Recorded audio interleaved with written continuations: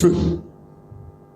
Si tu veux, tu écris. Le message de ce dimanche est intitulé Baptême du Saint-Esprit et de feu. Gloire à Jésus. Matthieu 3, verset 11. Matthieu chapitre 3, verset 11. Ici, on a quelqu'un qui parle, un témoin. Je nomme Jean le Baptiste. Matthieu 3, verset 11. Moi, je vous baptise d'eau pour vous amener à la repentance. Mais celui qui vient après moi est plus puissant que moi. Et je ne suis pas digne de porter ses souliers.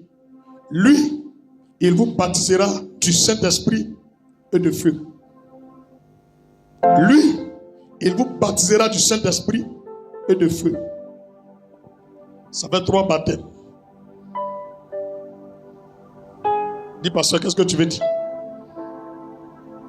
Dis, pasteur, qu'est-ce que tu veux dire? Jean, il a baptisé d'eau. Jésus lui fait 2 baptêmes. Il te baptise du Saint-Esprit et de feu. Saint-Esprit et puis feu, c'est pas la même chose.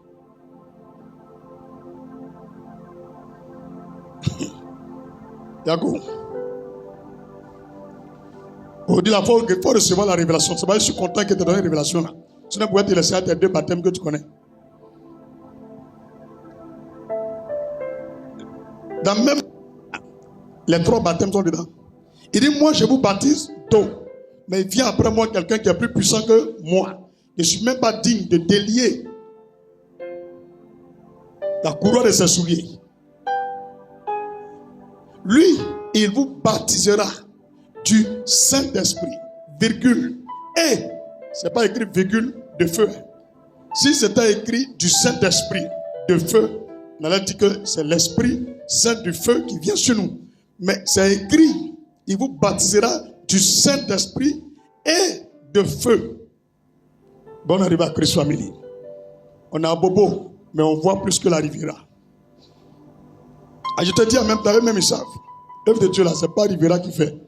C'est pas Londres qui fait. C'est l'Esprit Saint de Dieu. S'il est là, il te donne ce que les gens même qui sont en haut n'ont pas. Gloire à Jésus. Donc à travers ce verset, je vais parler à quelqu'un et quelqu'une. En même temps aussi, aujourd'hui est un jour de fête. Maintenant, comment coïncider les 3 baptêmes là, plus la fête d'aujourd'hui? Il faut dire la sagesse de Dieu va prendre le dessus.